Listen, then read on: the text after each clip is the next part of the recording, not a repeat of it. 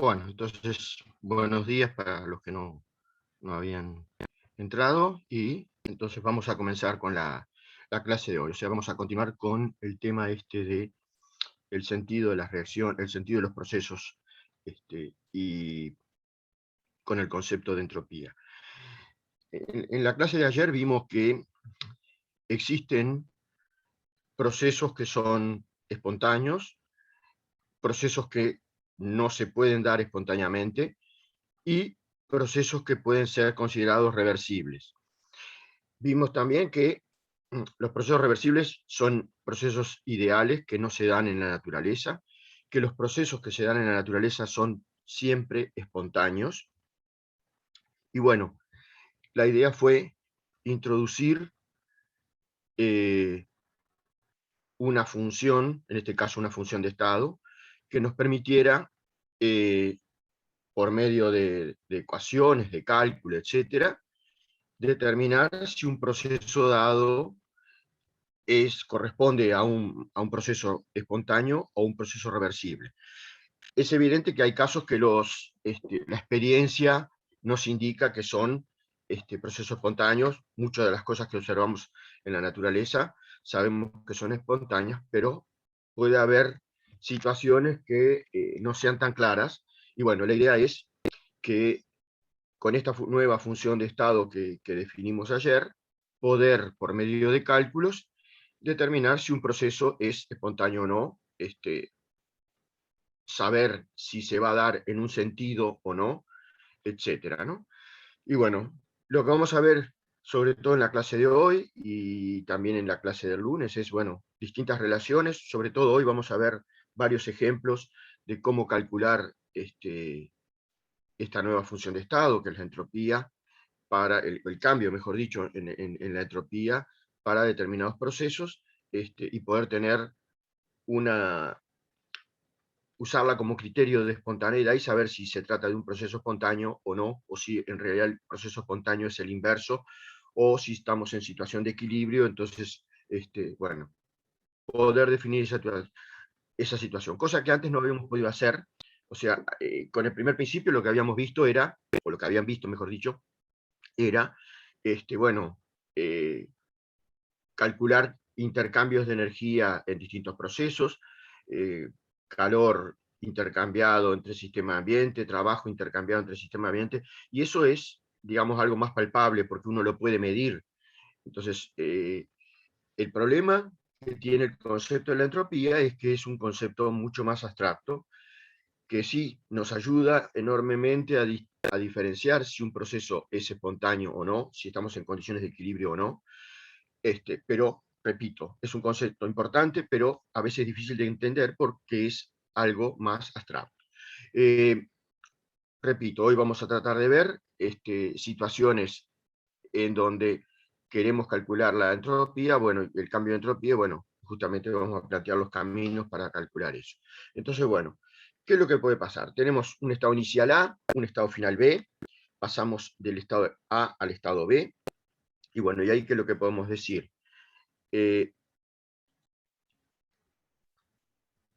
Si recordemos que el delta S del universo lo definimos como un sistema aislado, el universo lo definimos como un sistema aislado, que va a estar formado por el sistema y por el ambiente. Entonces, siendo la entropía una función de estado, es evidente que el delta S del universo va a ser la suma de las contribuciones de los delta S del sistema más el delta S del ambiente. Entonces, delta S del universo lo planteamos como delta S del sistema más delta S del ambiente. Si para un proceso dado ese delta S del universo resulta ser mayor a cero, lo que decimos es que el proceso es irreversible y o espontáneo en el sentido planteado. O sea, en este caso, yendo del estado inicial A al estado final B. La otra posibilidad que puede darse es que ese delta S del universo, o sea, el delta S de ese sistema aislado que estamos considerando, de cero. En ese caso, decimos que el sistema está en equilibrio y los cambios se están dando en condiciones de reversibilidad.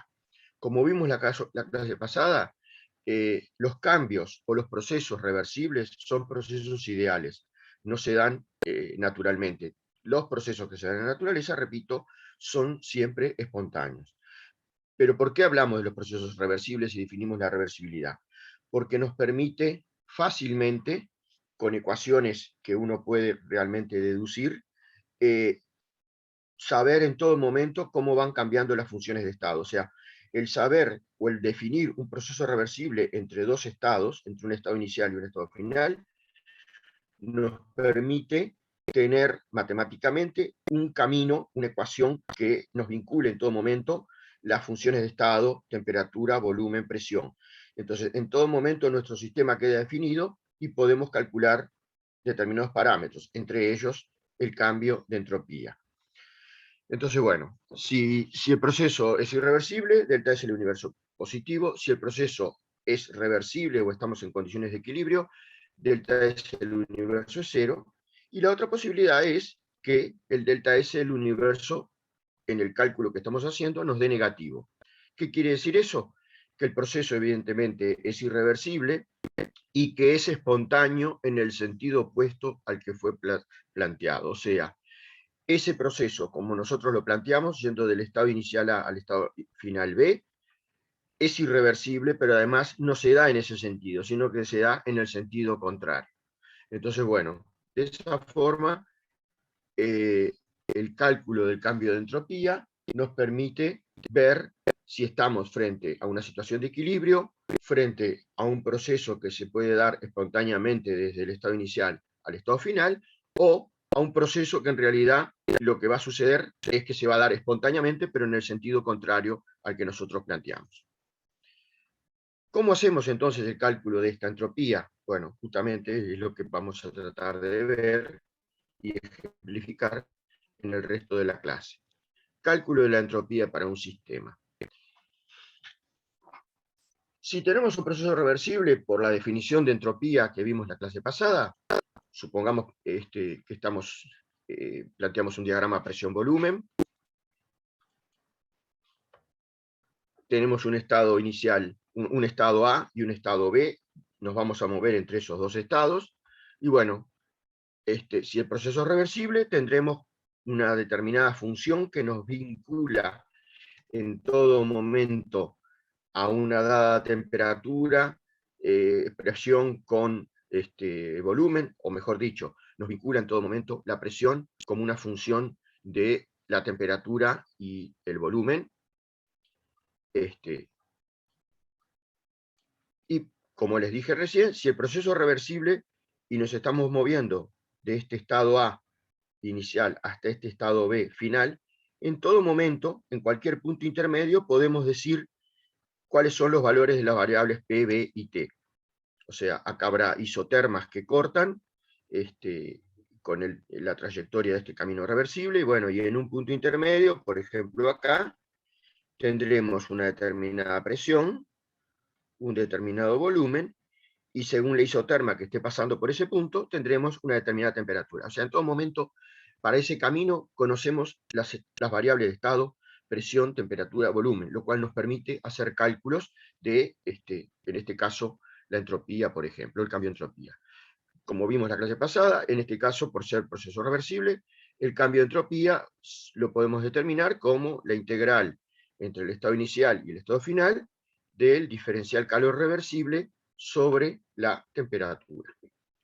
Más adelante vamos a ver específicamente cómo, en distintos ejemplos, determinar este diferencial calor reversible, etc. Ahora bien, ¿qué pasa si tenemos un proceso irreversible? Que suele ser lo normal. Los procesos naturales son irreversibles. Entonces, si yo para un proceso natural quiero calcular el cambio de entropía, ¿cómo hago? Yo no voy a conocer la trayectoria, o sea, voy a saber simplemente que estoy partiendo del estado inicial A y estoy llegando a un estado final B. El hecho de marcar esta línea punteada significa que no conocemos el camino por el cual nos estamos desplazando de un punto a otro, o sea que en un punto intermedio no sabemos, no tenemos definidas las tres variables temperatura, presión y volumen. Podemos, por medidas experimentales, saber, por ejemplo, cuánto vale la presión cuánto vale la temperatura, pero seguramente el volumen nos va a quedar indeterminado o algo por el estilo. O sea, ¿qué es lo que queremos decir? Que matemáticamente, si nos estamos moviendo por un proceso irreversible, no podemos definir una función que diga P igual F de T y de B. Entonces no conocemos la trayectoria. Sabemos bien que tanto calor como trabajo van a depender del camino, porque son funciones de línea. Pero en el caso de la entropía, como es una función de estado, va a depender solamente del estado final y del estado inicial, o sea, desde dónde partimos hasta dónde llegamos. Y va a ser la misma independientemente si ese proceso fue reversible o irreversible. Entonces, eso nos permite plantear para el caso del proceso irreversible, en donde queda claro que el calor realmente intercambiado, que es el calor irreversible, es distinto del calor reversible que yo podría calcular en la trayectoria de este camino marcado en celeste. Pero el cambio de entropía lo vamos a poder determinar como la integral entre el estado inicial y el estado final de un diferencial Q reversible sobre T, donde evidentemente el proceso que yo estoy suponiendo no es el real, y por lo tanto el calor que se está intercambiando en ese proceso hipotético reversible que yo estoy eligiendo entre A y B es distinto del irreversible, que es el que realmente se intercambia. Pero por ser función de estado lo puedo hacer y es válido. Entonces, tengan claro que por eso acá está indicado el delta QR, o sea, que refiere a un proceso reversible, que no es el proceso real que se está dando entre el estado inicial y el estado final. Eso es sumamente importante que les quede claro, porque muchas veces la gente se confunde y evidentemente el cálculo al que llegan de entropía, si no entendieron bien, digamos, esta metodología, lo lleva a resultados erróneos. Yo no, Entonces, no bueno, entendí, sí, profe, no, no me quedó claro. bueno, a ver. Entendés que, por definición, la entropía es una función de estado. Sí, Como tal, depende solamente del estado inicial y el estado final. Entonces, de la misma forma que ya ustedes lo hicieron con el cálculo en delta U y cálculo delta H, yo puedo, para hacer el cálculo, elegir un camino que me sea fácil, que lo entienda, que vaya entre el estado inicial y el mismo estado final, pero que no tiene nada que ver de repente con la realidad. El bien. cambio de entropía va a ser el correcto, va a ser el que yo quiero determinar. Lo que va a suceder es que, por ejemplo, en el caso este, los intercambios que puede haber de calor reales no son los que yo voy a calcular de acuerdo al camino que yo elegí. Pero no me importa, porque lo que estoy calculando es el cambio en la entropía, que es la función de estado. Ah, perfecto, Eso, ahora sí. pienso que lo van a Gracias. entender mejor cuando veamos los ejemplos y cuando vean las clases de problemas. Ah, Les repito, es un concepto difícil de entender y muchas veces uno le da vuelta a la cabeza porque dice, pero es ilógico, si estoy calculando por otro lado, por un camino que no es el real, me va a dar cualquier cosa. No, porque estoy calculando el cambio de una función de estado, que por simplicidad me elijo un camino conocido que no es el real, pero del cual yo puedo en todo momento saber cómo van cambiando las variables de estado, y por lo tanto, al tener ese recorrido, puedo tener una función matemática que me permite integrarla, etcétera, etcétera. De otra forma, yo no tengo una función matemática que pueda integrar y por lo tanto no lo puedo calcular. ¿Ok? Bueno, como dice acá al final, S es función de estado, su cambio entre dos estados es independiente de la trayectoria.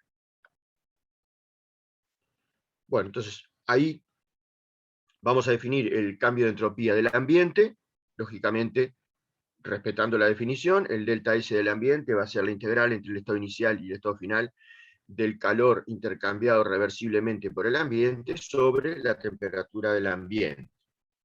Y ahí vamos a introducir una definición que nos va a ayudar muchas veces a hacer las determinaciones, que es el concepto de fuente térmica. ¿Qué es una fuente térmica? Bueno, es un sistema cerrado que mantiene su temperatura constante mientras intercambia calor únicamente con otro sistema. Si bien, vamos a ver algún ejemplo, si bien hay un intercambio de calor, esa fuente, el calor lo recibe o lo cede, pero no determina un cambio de su temperatura. ¿Qué es lo otro que sucede en lo que lo definimos como una fuente térmica? Bueno, el intercambio de calor Q siempre es reversible para la fuente térmica, aunque puede ser irreversible para el sistema con el que se intercambia. ¿Ah? O sea, eso es un concepto, definimos la fuente térmica. Para la fuente térmica, el calor que ella reciba o ceda lo vamos a estar intercambiando en forma reversible, y que a pesar de estar recibiendo o cediendo calor al sistema, su temperatura no va a cambiar, va a permanecer constante.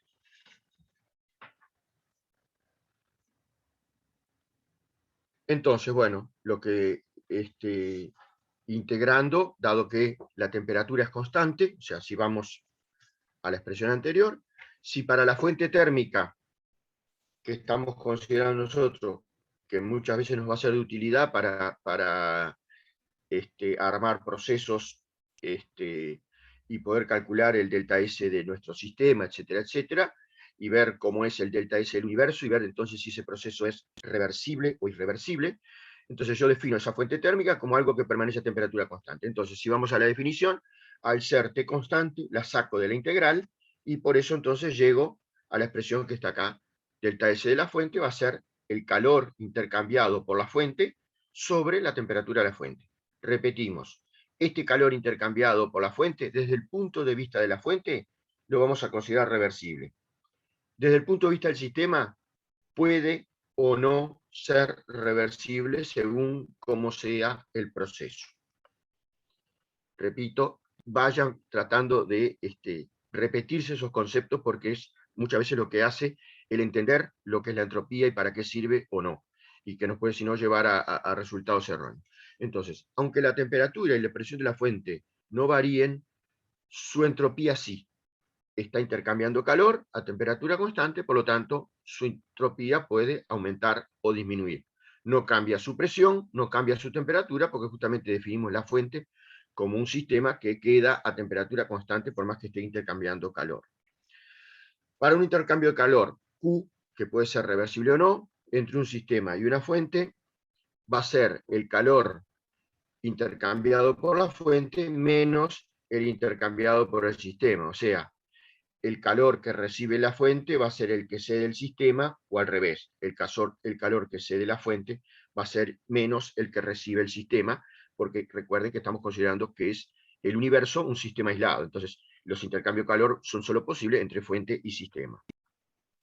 Por lo tanto, a efecto de los cálculos, lo que vamos a poder hacer es definir el delta S de la fuente como menos el calor del sistema sobre la temperatura de la fuente. O sea, si nosotros determinamos el calor que intercambia ese sistema realmente, que puede ser reversible o no, podemos calcular el delta S de la fuente, sabiendo a qué temperatura se encuentra esa fuente.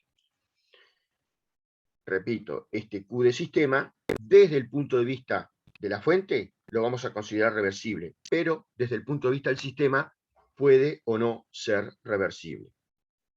Y bueno, y ejemplos de fuentes térmicas en la práctica.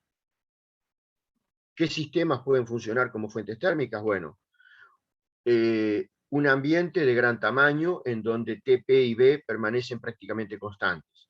Supongamos el océano en el cual intercambiamos una determinada cantidad de calor, evidentemente, o un volumen muy, muy grande de agua, por ejemplo, con el que intercambiamos una determinada cantidad de calor finita, y bueno, ese intercambio de calor, ese volumen enorme de agua lo va a recibir, por ejemplo, o lo va a ceder, pero como la masa es tan grande, no se va a traducir en un cambio de la temperatura o de la presión o del volumen, principalmente la temperatura, entonces literalmente la temperatura va a permanecer constante. O sea, es como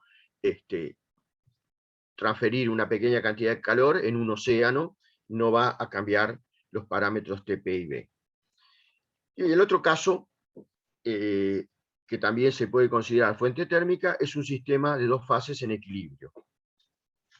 Por ejemplo, uno de los casos típicos que se usan como fuente térmicas es un sistema agua-hielo.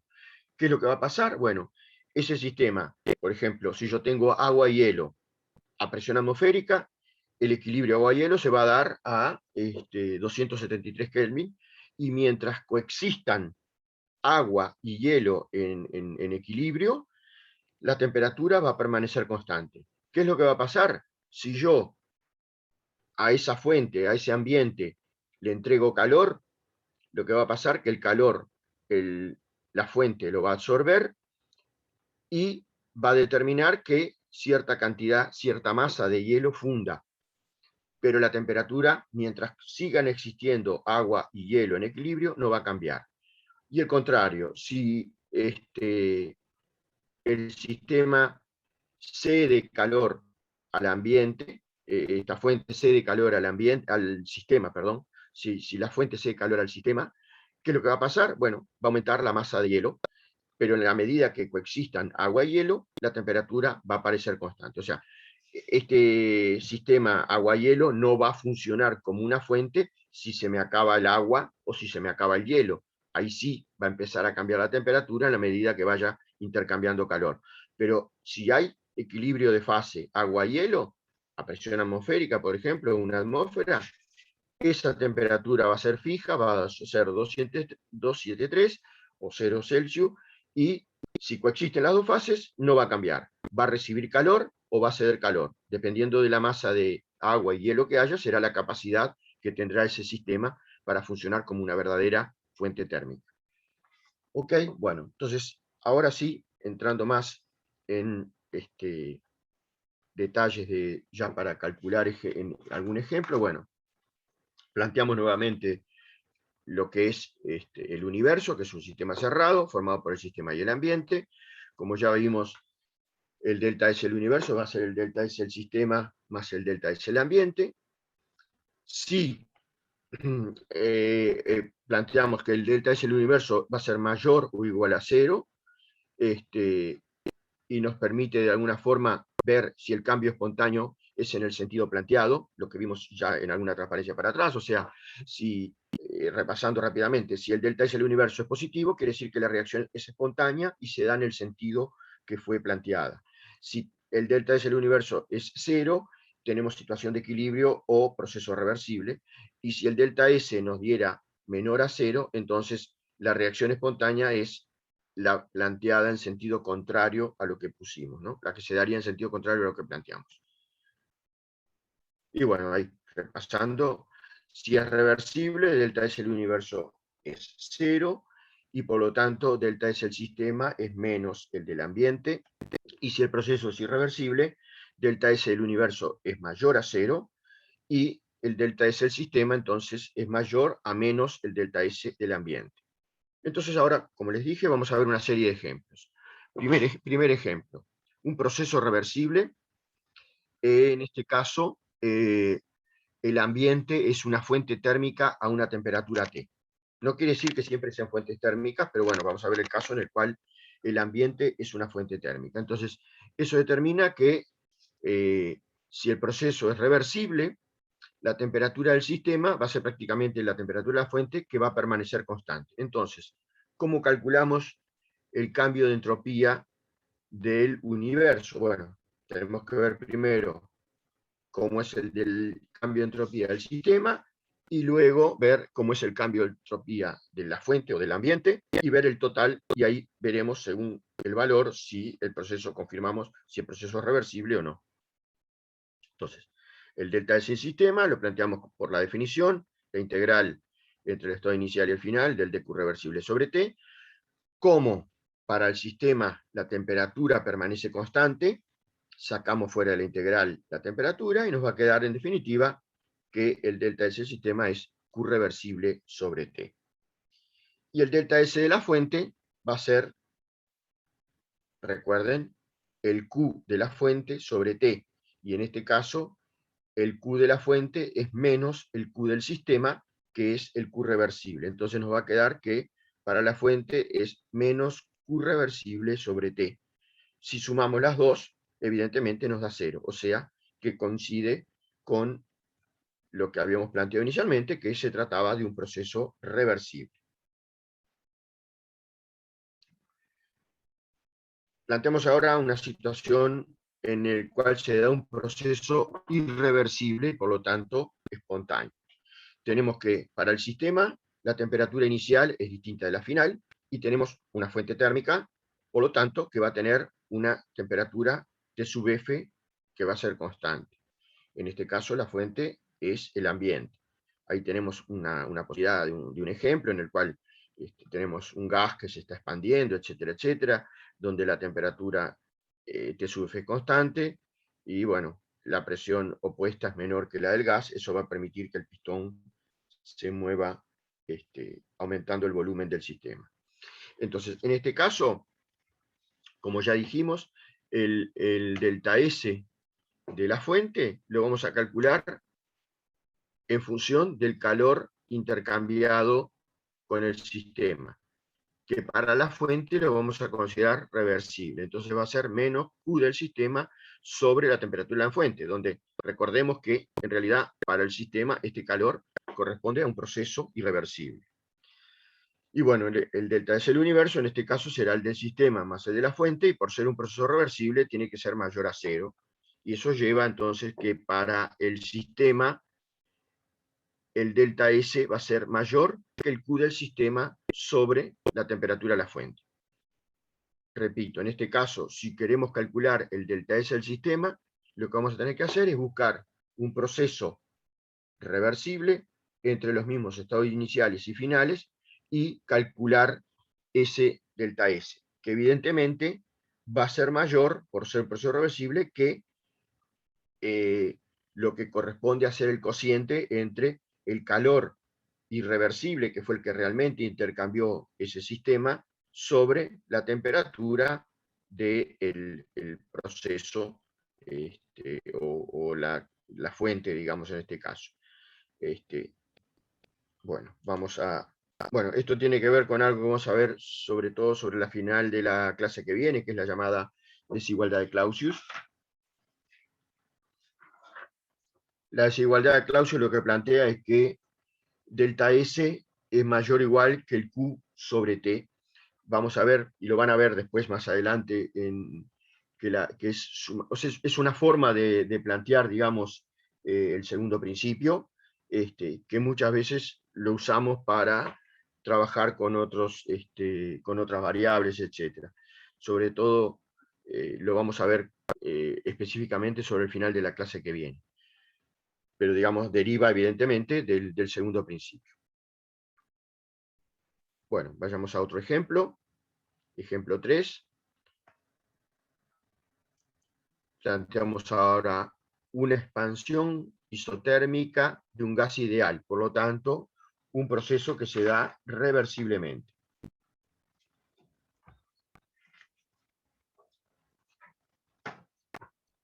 Bueno, tenemos entonces en este caso ahí el dibujito, un gas que sufre una expansión isotérmica, en donde evidentemente en todo momento la presión opuesta va a ser igual a la presión del gas, y por ser isotérmica, la temperatura es constante a lo largo de todo el proceso. Entonces, bueno, el sistema es el gas, y como ya vieron en la unidad anterior,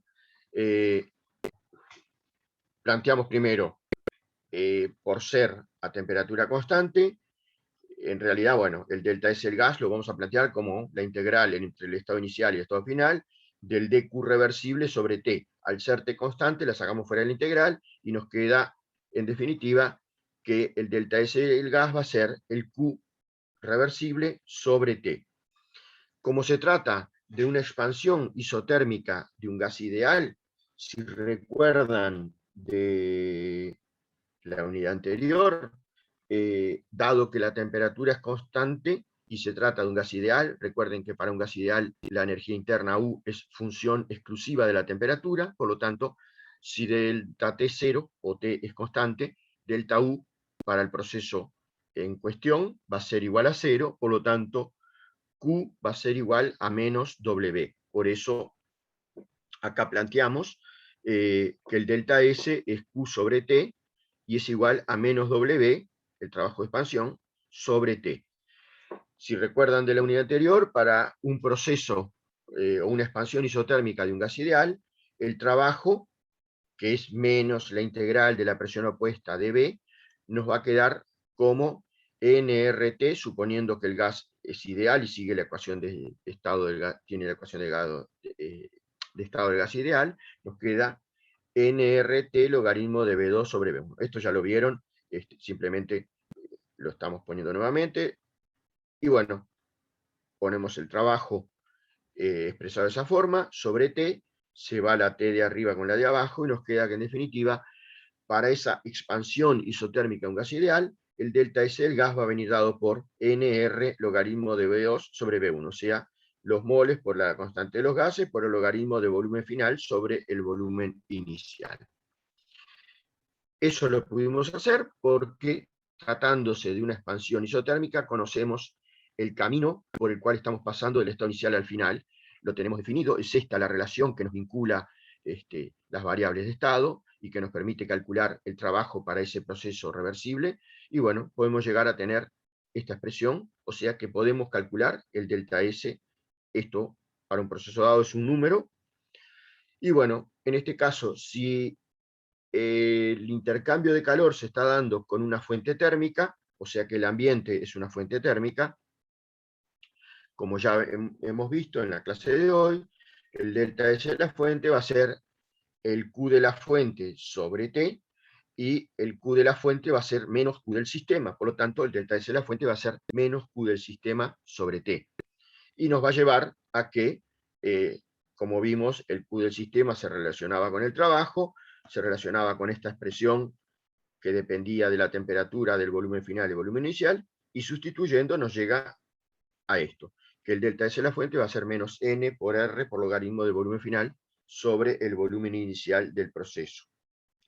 Por lo tanto, para el universo sumamos delta S del gas más delta S de la fuente y nos va a dar 0, justamente porque el proceso era reversible. Ejemplo 4. El ejemplo de la expansión de Joule. Recordemos, lo vieron en la unidad pasada, la expansión de Joule es un proceso irreversible, o sea, es la expansión de un gas contra el vacío o una presión nula. Ahí planteamos el ejemplo en donde la experiencia que hizo Joule, lo que hizo fue poner dos recipientes comunicados por un caño, en un recipiente poner un gas a una determinada presión, una llave que nos permite separar uno de otro, y en el otro recipiente se hizo vacío. Y todo esto lo sumergió en un baño con un termómetro para ver qué efecto tenía en la temperatura o si había intercambios de calor o no, etcétera, etcétera. Y bueno, aplicando termodinámica, ¿qué es lo que va a pasar? La presión inicial en el recipiente B, como está en vacío, vale 0. Al tratarse de un sistema, considerando en este caso los dos recipientes que son rígidos como el sistema que yo estoy considerando, al ser recipientes rígidos, no va a haber un trabajo neto, por lo tanto W va a ser igual a 0.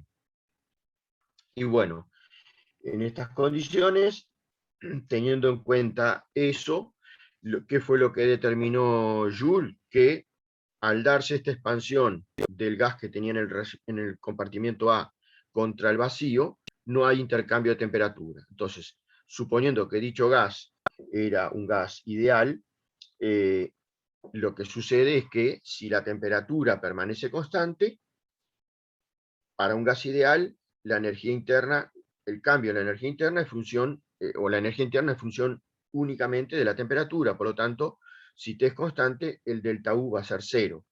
Como se trataba de una expansión contra el vacío, recipiente rígido, etc., P opuesta vale 0, la integral de P opuesta de B vale 0, que es el trabajo, menos la integral de P opuesta de B es el trabajo, por lo tanto el trabajo es 0, y bueno, de acuerdo a la primera ley de la termodinámica, nos va a dar que Q es 0.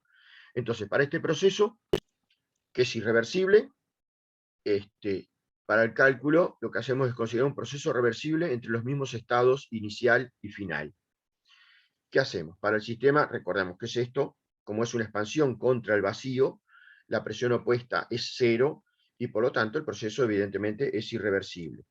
Entonces, ¿cómo hacemos para calcular el cambio de entropía del universo en este caso? Bueno, como ya les dijimos, no conocemos el camino por el cual pasamos de un lado a otro, pero sí el estado inicial y el estado final. Entonces lo que hacemos es posible entre el mismo estado inicial y el estado final, por ser la temperatura constante, lo que elegimos es un proceso isotérmico reversible entre el mismo estado inicial y final. Por lo tanto, para el gas podemos determinar la entropía de esta forma, o sea, el cambio de entropía del gas va a ser NR logaritmo de volumen final sobre volumen inicial. Repito, esto lo puedo hacer porque es una función de estado. No es lo que sucedió realmente, o sea, no se dio una expansión reversible, pero como yo calculo el cambio de entropía entre los mismos estados inicial y final, me elijo un camino reversible, en este caso el de una expansión isotérmica reversible, y puedo determinar el delta S del gas. Para calcular el delta S del ambiente, ¿qué es lo que pasa? En este caso, como vimos de acuerdo al primer principio, no hay calor intercambiado con el ambiente, que acá sería el recipiente, el termostato, en donde yo tengo puesto el termómetro. O sea, el termómetro no detectó cambio de temperatura, acá hay una sola fase, por ejemplo agua, entonces evidentemente calor fue 0. Entonces para el ambiente el delta S vale 0. Conclusión, el delta S del universo va a ser igual al delta S del gas, que por ser el volumen final mayor que el volumen inicial, el cociente B2 sobre B1 es mayor a 1, y por lo tanto el logaritmo es mayor a 0, entonces nos da que el delta S del gas es positivo. Evidentemente se trata de un proceso irreversible porque el delta S del universo es positivo.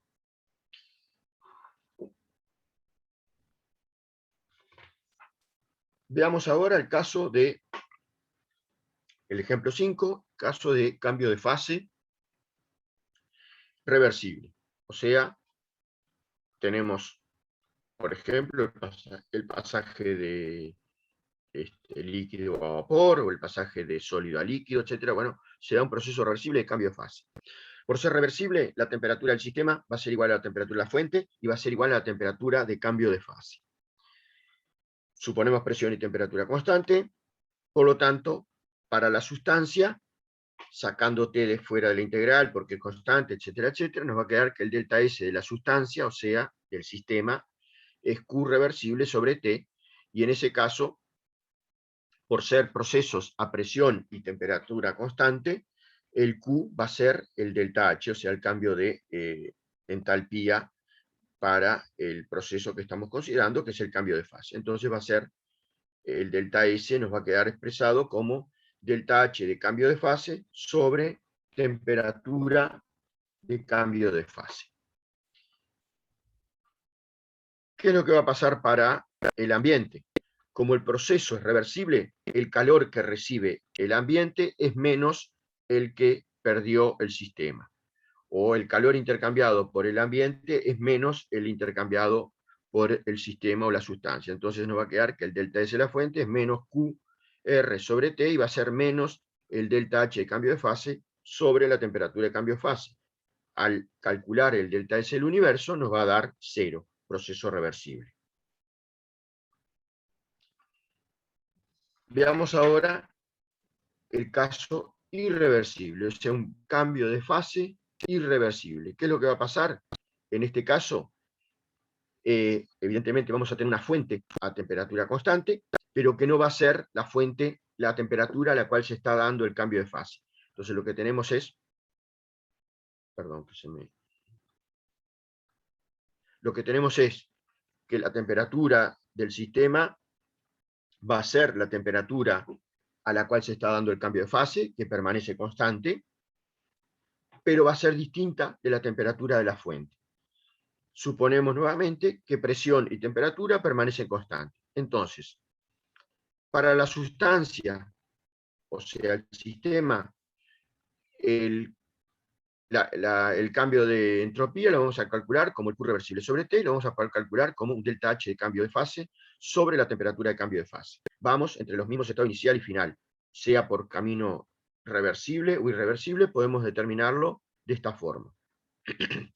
Para el ambiente, en este caso para la fuente, va a ser menos el Q reversible sobre T, va a ser menos el calor intercambiado, que fue el delta H de cambio de fase, pero ahora sobre la temperatura de la fuente, que es distinta. Entonces nos va a quedar delta H menos delta H de cambio de fase sobre temperatura de la fuente. Por lo tanto, al hacer el cálculo de delta S del universo, nos va a quedar delta S de la sustancia más delta S de la fuente. ¿Y esto qué signo tendrá? Bueno, debería tener signo positivo porque el proceso es irreversible. O sea, temperatura de fuente es distinta de temperatura de sistema, el proceso no es reversible, nos debería dar signo, en principio, positivo. Si nos diera, para que nos diera igual a 0, tendría que ser la temperatura de la fuente igual a la temperatura de cambio de fase. Es el caso anterior, proceso reversible. O sea, si nos da igual a 0, para que se cumpla, tendría que ser la temperatura de fuente, la de cambio de fase, es la situación del ejemplo 5. Si nos diera negativo, en realidad el proceso que se da, que estamos planteando, no es el que se da espontáneamente, sino que es el inverso el que se da espontáneamente. Y si es positivo, el proceso que planteamos es el proceso irreversible que se está dando en forma real. Para verlo mejor, lo que podemos hacer es ver un ejemplo con más detalle, que fue el ejemplo que en algún momento planteamos, que es el proceso irreversible, por ejemplo, por el cual si yo tengo hielo a una determinada temperatura, que no es la de equilibrio, a presión atmosférica, el hielo va a ir fundiendo. Por ejemplo, ¿qué pasa si yo tengo hielo a 37 grados? ¿Ese proceso es espontáneo o no? ¿Es irreversible o no? Bueno, ¿cómo lo determino? Bueno, para el sistema, que sería el hielo, es el Q de fusión, o el delta H de fusión, sobre la temperatura a la cual funde el hielo, que es 273. Pero lo estoy haciendo contra un ambiente que está a 37 Celsius, o sea, 310 Kelvin. Entonces, para la fuente, el delta S va a ser menos el calor que intercambió realmente, que es el menos Q de fusión o menos delta H de cambio de fase, sobre 310. Si yo sumo estos dos, me va a quedar que el delta S del universo, saco de factor común Q de fusión, me queda Q de fusión por 1 sobre 273 menos 1 sobre 310. Este calor tiene, en este caso, un signo positivo, o sea, el proceso de fusión es endotérmico, por lo tanto, el delta H aumenta. Lo que tengo que ver es qué signo tiene esta diferencia de temperaturas inversas, o sea, 1 sobre 273 menos 1 sobre 310. Evidentemente, 1 sobre 273 es más grande que 1 sobre 310 y esta diferencia es positiva. Por lo tanto, me da que en este caso delta S del universo es positivo. O sea, si yo tengo hielo fundiendo en un ambiente a 37 Celsius, ese proceso es irreversible, va a ir todo hacia la fusión y me da evidentemente que el delta S del universo es positivo. Veamos otro ejemplo más, ahora con una reacción química. Supongamos entonces una reacción química reversible, por lo tanto en equilibrio, sin cambio de fase. En estas condiciones, la temperatura del sistema va a ser la temperatura de la fuente, nuevamente presión y temperatura constante. Y bueno, para el sistema, que es la reacción, el delta S de la reacción va a ser el Q reversible sobre T, va a ser presión y temperatura constante y sin cambio de fase, el Q va a ser el delta H de la reacción, entonces eso me va a quedar igual al delta H de la reacción sobre la temperatura de la fuente, que es la del sistema. Para el delta S de la fuente va a ser menos el calor intercambiado sobre T, y va a ser menos el delta H de reacción sobre la temperatura de la fuente. Hacemos el cálculo del delta S universo y evidentemente nos da 0 porque es proceso reversible. Ahora, algunas otras consideraciones. ¿Qué pasa cuando tenemos entonces un cambio de fase reversible? Temperatura del sistema es igual a temperatura de la fuente, es igual a temperatura de cambio de fase. Por lo tanto, si presión y temperatura son constantes, lo que vamos a plantear es que el delta S para esa sustancia va a ser el Q reversible sobre T, y lo voy a poder igualar al delta H de cambio de fase sobre T. Por ejemplo, cambio de fase, la vaporización, pasaje de líquido a vapor. El delta S de vaporización va a ser igual al delta H de vaporización sobre la temperatura de ebullición. Y esto es una magnitud positiva, porque la temperatura son temperaturas absolutas, por lo tanto mayor a 0, son valores positivos, y el delta H de vaporización, como la vaporización es endotérmica, es también positiva. Por lo tanto, un número positivo sobre otro número positivo me da un valor positivo. El delta S de vaporización es siempre positivo. ¿Qué pasa para la fusión? Exactamente lo mismo. El pasaje de sólido a líquido implica una absorción de energía bajo forma de calor, por lo tanto el delta H de fusión nuevamente es positivo.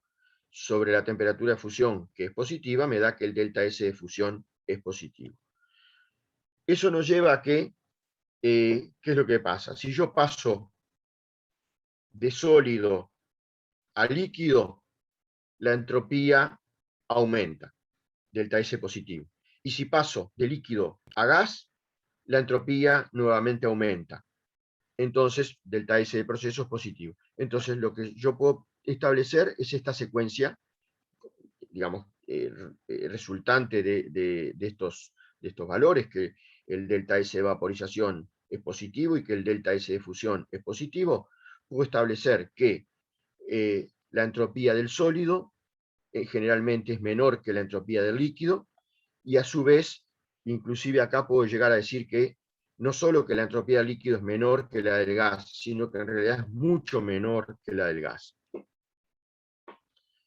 Generalmente se cumple para la mayoría de las sustancias que el delta S de fusión es mucho menor que el de vaporización. En general esto se cumple en la gran mayoría de las situaciones, que el delta S de fusión es mucho menor que el delta S de vaporización. Y eso lleva entonces a que planteemos la secuencia: entropía de sólido menor que entropía de líquido y mucho menor que entropía del gas.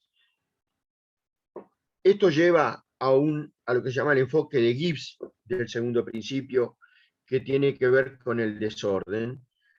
Esto lo van a ver muchas veces, y es una forma de repente de entender el concepto de entropía mejor. Relacionar el concepto de entropía con el concepto de desorden. Cuanto mayor es el desorden, mayor es la entropía. Y bueno, si nos remitimos, por ejemplo, a una sustancia pura, ¿qué va a pasar? En el caso del gas, lo que tenemos es moléculas que pueden interaccionar por determinadas interacciones electrostáticas, etcétera, pero que van a estar muy desordenadas, chocando con las paredes del recipiente, etcétera, etcétera, chocando entre sí. Entonces, la situación de una sustancia bajo forma de gas va a ser una situación bastante desordenada. En el caso del líquido, ya hay mayor cantidad de interacciones entre las distintas moléculas o las partículas, y entonces, si bien hay cierta libertad de movimiento de las moléculas, ya no es tanto como lo que hay en el gas. Puede haber, por ejemplo, el caso típico del agua, formación de puentes de hidrógeno, etcétera, que de alguna forma limitan el movimiento de las moléculas, etcétera, etcétera. Y entonces, bueno, el estado líquido resulta para una sustancia bastante más ordenado que el estado gaseoso. Y el estado sólido, a su vez, ya ahí las moléculas no pueden moverse prácticamente, pueden sí oscilar, vibrar, etcétera, pero en general ya no pueden moverse libremente. Y bueno, tenemos el caso de las sustancias cristalinas, en donde los átomos están formando una estructura determinada, ubicando determinados puntos en el espacio, rodeados de otros átomos, etcétera, etcétera. Entonces resulta una estructura muy ordenada.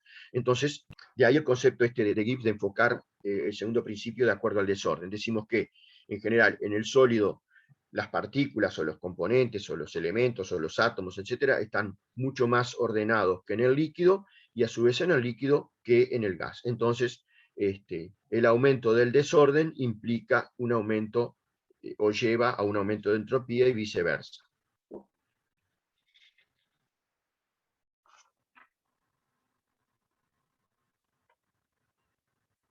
Bueno, otras consideraciones.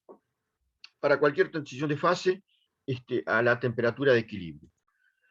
También considerando temperatura y presión constantes, el delta S de la transición va a ser la entropía de la fase 2 menos la entropía de la fase 1.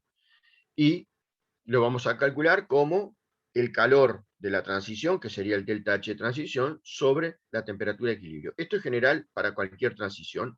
Puede ser un cambio de fase o un cambio de estructura cristalina, etcétera, etcétera. El delta S de la transición va a ser el delta H de la transición sobre la temperatura de equilibrio o la temperatura a la cual se da esa transición. Para las reacciones químicas reversibles, en equilibrio y sin cambio de fase, o sea, ninguna de las sustancias participantes de la reacción sufre un cambio de fase. También temperatura y presión constante, bueno, como ya lo hemos visto para otras funciones de estado, el delta S de la reacción va a ser el S de los productos menos el S de los reactivos. Y el delta S de la reacción lo vamos a poder calcular como el delta H de la reacción sobre la temperatura a la cual se da esa reacción. En ambos casos, tanto para la transición como para la reacción, dado que la temperatura que estamos manejando son temperaturas Kelvin, temperaturas absolutas, son valores positivos, el signo de el delta S va a venir dado por el signo de delta H. O sea, si tenemos una reacción o una transición con delta H positivo, el delta S de la transición va a ser positivo. Si tenemos una transición con delta S negativo, con delta H negativo, el delta S de la transición va a ser negativo. Y lo mismo con el delta S de reacción, ¿no? Bueno, ahora pasando raya y yendo sí ahora a otro tema importante que tiene que ver con la entropía, vamos a ver lo que se llama la ecuación fundamental de la termodinámica. ¿Qué es lo que establece? Bueno, la primera ley, si planteamos la primera ley en forma diferencial, podemos poner du es igual a delta Q o dQ más delta W. Si solo consideramos trabajo de expansión-compresión, recuerden que el dW va a ser menos la presión opuesta de B,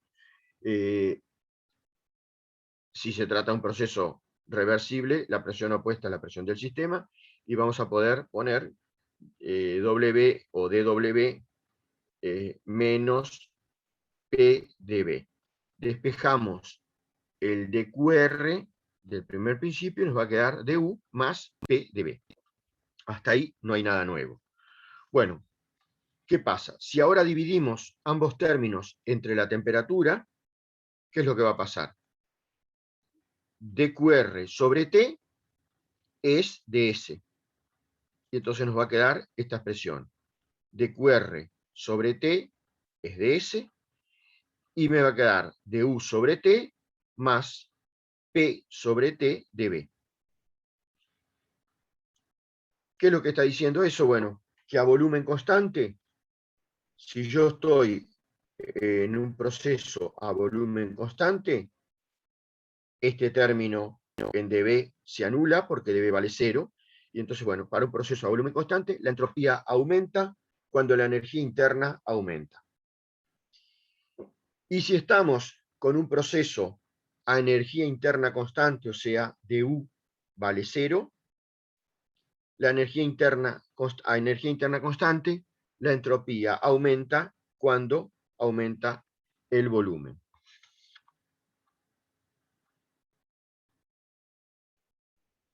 Bueno, y esta que quedó recuadrada es lo que llamamos la ecuación fundamental de la termodinámica.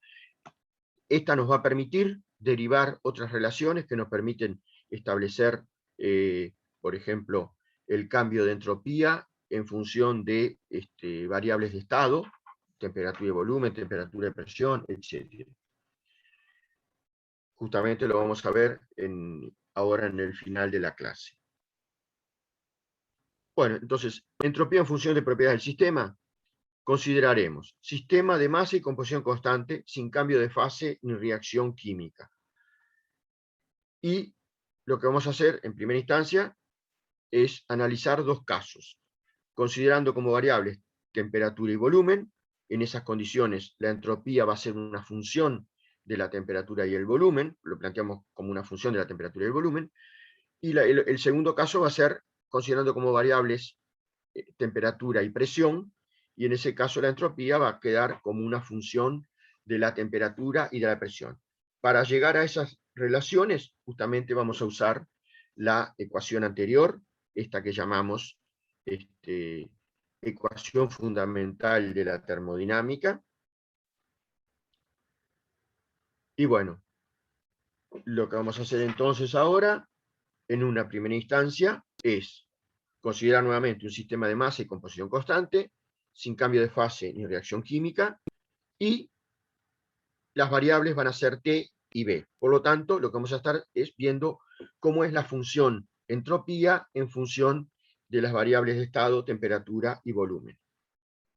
Como es función de estado, bueno, podemos hacer presente una diferencial exacta. O sea, si yo planteo la entropía como una función de la temperatura y el volumen, de la misma forma que ya lo hicieron anteriormente para la entalpía y para la energía interna, yo puedo, la diferencial de la entropía va a venir dada en función de las contribuciones en los cambios de cada una de las variables que estoy considerando. O sea, el cambio total de entropía lo puedo plantear como una contribución debida al cambio de temperatura más una contribución debida al cambio del volumen del proceso que yo estoy estudiando. Entonces, por ser la entropía una función de estado, presenta diferencial exacta, y entonces ds lo voy a expresar como la derivada de S con respecto a T a volumen constante por el cambio en la temperatura, más la derivada de S con respecto a B a temperatura constante por el cambio en el volumen. Introduciendo la ecuación fundamental de la termodinámica, que es ds es igual a 1 sobre T por dU más P sobre T por dB, ¿qué hago? En la expresión anterior sustituyo, mejor dicho, en la ecuación fundamental de la termodinámica, lo que hago es sustituir por esta expresión de el cambio de energía interna, que nuevamente, esto de donde surge, de considerar que como es función de estado, presenta diferencial exacta, y que yo puedo poner a U en función de T y de B como de U igual la derivada de U con respecto a T a volumen constante por dt, más la derivada de U con respecto a B a temperatura constante por dB. Si recuerdan, la derivada de U con respecto a T a volumen constante es C sub B, o sea, la capacidad calorífica a volumen constante. Entonces, yo recordando de lo que vieron en la unidad anterior, de U lo puedo poner de esta forma, lo sustituyo en la ecuación fundamental de la termodinámica y sustituyendo y reagrupando resulta la siguiente expresión. O sea, lo que hice acá fue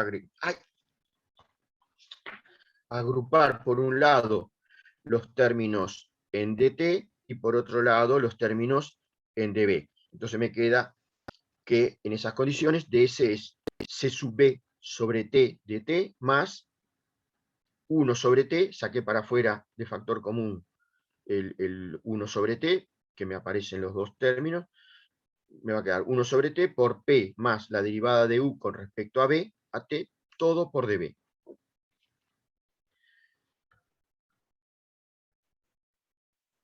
Si ahora comparamos esa expresión de ds con la diferencial exacta de ds, cuando la consideramos en función de temperatura y volumen, que era esta, ¿qué es lo que va a pasar?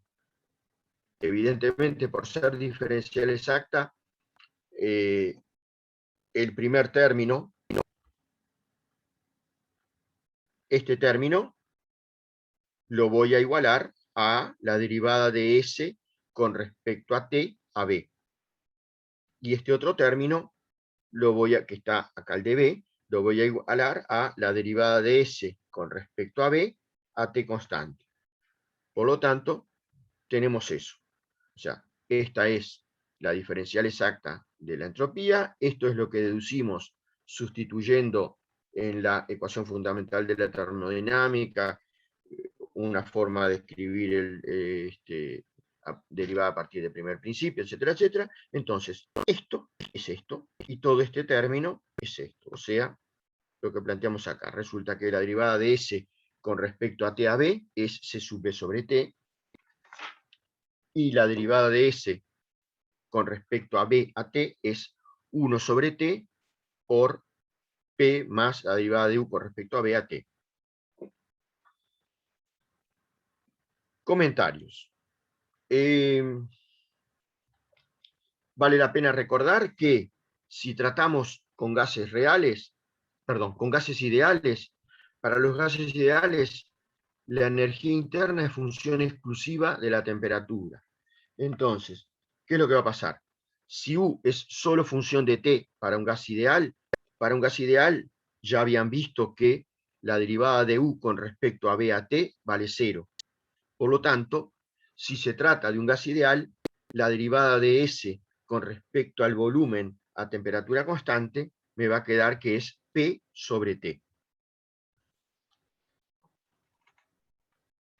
¿Para qué es lo que nos sirve esto? Bueno, nosotros podemos plantear un proceso entre un estado inicial y un estado final y elegir un camino y de esta forma calcular ese delta S, que no tiene por qué ser el real, pero que sí lo podemos hacer. Acá tenemos ya valores medibles, o sea, si se tratara, por ejemplo, de un proceso de gas ideal en el que cambia la temperatura y el volumen, yo acá puedo calcular el delta S, porque el C sub B lo tengo, probablemente es un valor medible, lo tengo tabulado, y los otros parámetros que me van a aparecer, dado que la derivada de U con respecto a BAT vale 0, van a ser presión y temperatura. Entonces lo que tengo que conocer es, para ese proceso que estoy considerando, cómo cambia, por ejemplo, la presión en función de la temperatura. Y bueno, y de esa forma puedo llegar a calcular el delta S. Lo mismo, bueno, lo podemos hacer en función de otras variables, o sea, planteamos ahora nuevamente la entropía en función de propiedades del sistema, masa constante y composición constante, y ahora lo vamos a ver en función de las variables temperatura y presión.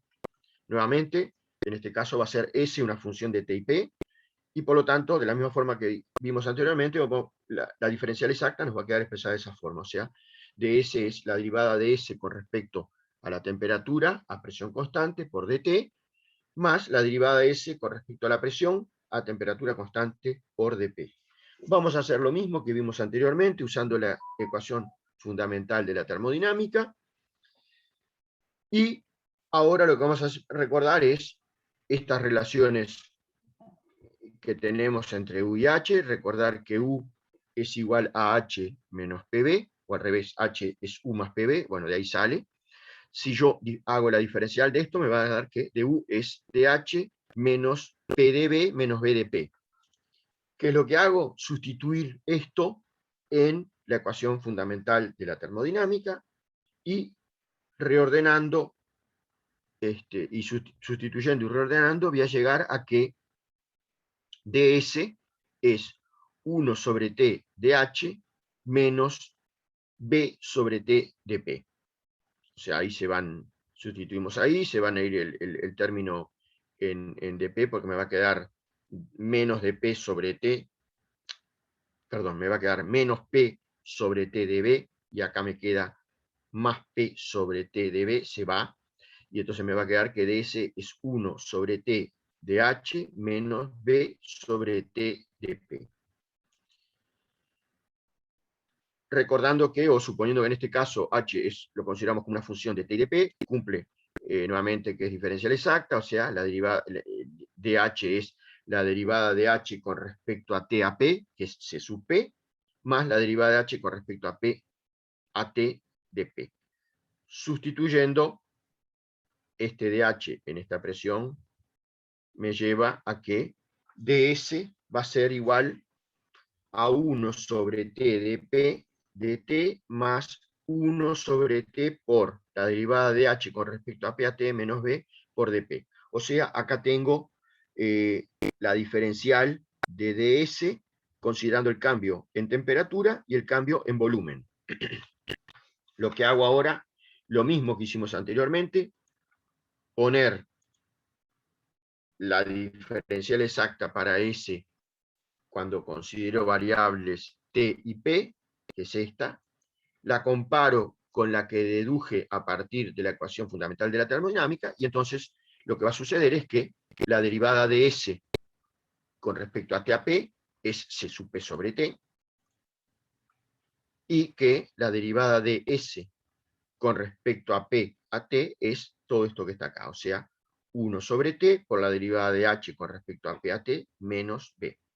O sea que, de esa forma yo puedo nuevamente calcular a partir de cosas medibles el cambio, la componente de cambio de la entropía por el cambio de temperatura y la componente de cambio de entropía por el cambio en la presión, y llegar a calcular para ese proceso, para un proceso dado, cuánto es el delta S. Nuevamente, comentarios. Si se trata de un gas ideal, bueno, sé cuánto vale C sub P, si es monoatómico, diatómico, etcétera, eso lo tenemos tabulado. La temperatura es la del proceso. Para un gas ideal, vimos que la derivada de H con respecto a P a T vale 0, por lo tanto me va a quedar que la derivada de S con respecto a T a P, perdón, va a ser menos B sobre T.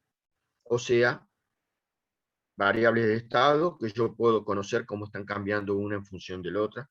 Si no fuera un gas ideal, bueno, hay que ver cuánto vale la variación de delta de H con respecto a P, si es un sólido, etcétera. Bueno, hay formas de estimarlo, de calcularlo. Y bueno, de esa forma podemos elegir un camino en el cual cambie la temperatura y la presión, y ver en ese caso cómo es el cambio en el delta S. Y bueno, por acá quedamos en el día de hoy. No sé si tienen alguna duda. Y ya la clase del lunes lo que vamos a ver, vamos a continuar con relaciones entre primer y segundo principio, vamos a ver el tercer principio y algún ejemplo más de cómo determinar entropía, cambio de entropía para reacción química, etcétera, etcétera. Y ya luego, la semana que viene, jueves y viernes, tendrían problemas de esta unidad. Bueno, no sé, si tienen alguna duda, De mi plantéenla. parte, no, muchas gracias. Bueno, muy bien. Chao, chao. Chau, chau.